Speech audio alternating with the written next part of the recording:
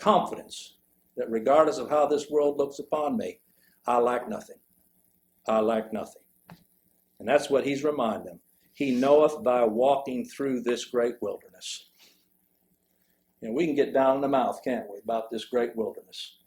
And we spend all our time talking with each other about it. Oh, I'll tell you, I don't know, these trials and afflictions. And have you lacked for water? Have you lacked for bread? Have you lacked for sustenance? Have you lacked for grace? Have you lacked for forgiveness? Have you lacked for peace, comfort? All of these things are ours. We're blessed. We're blessed. And we have no reason at all to envy the wicked in any way. It says, thou hast lacked nothing. Thou hast lacked nothing. I'm not trying to minimize any trials or afflictions. I have to kick myself all the time in this area because I get down just like anybody else. But I'll tell you, my getting down has to do with me looking inward or looking backward or looking sideward, comparing myself with where everybody else seems to be rather than just looking to Christ, looking to his word and resting in who he is and what he's accomplished for a sinner such as myself. And that's where I encourage you to look.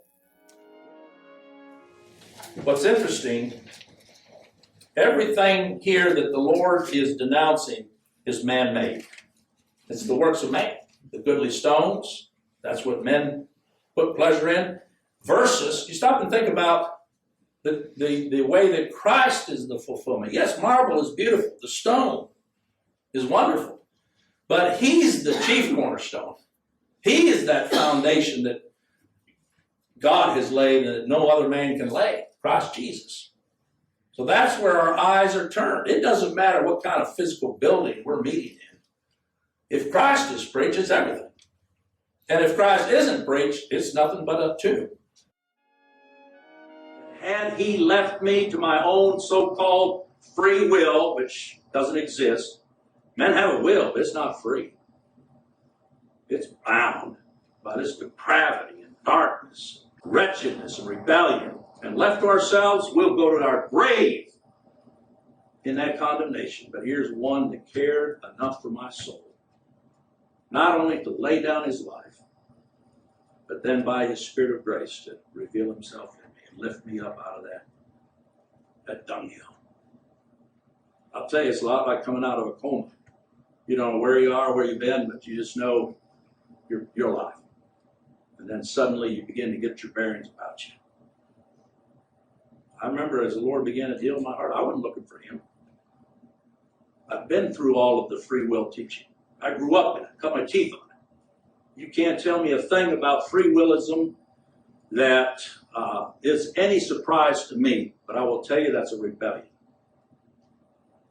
Because it took the Lord showing me that my will was nothing but corrupt. And the thought of any goodness was in and of itself the worst rebellion that I could ever offer up to God. When he says specifically, none is righteous, no, not one. If, Paul said, righteousness come by law, in other words, man's obedience to it, and even if you say, well, at least God puts it out there and we have to say yes. You're saying that that obedience then is what God acknowledges to save you? How foolish. There's only one obedience that God has ever accepted to save a sinner. And if you hold to any other view, you're yet in darkness and it will condemn you.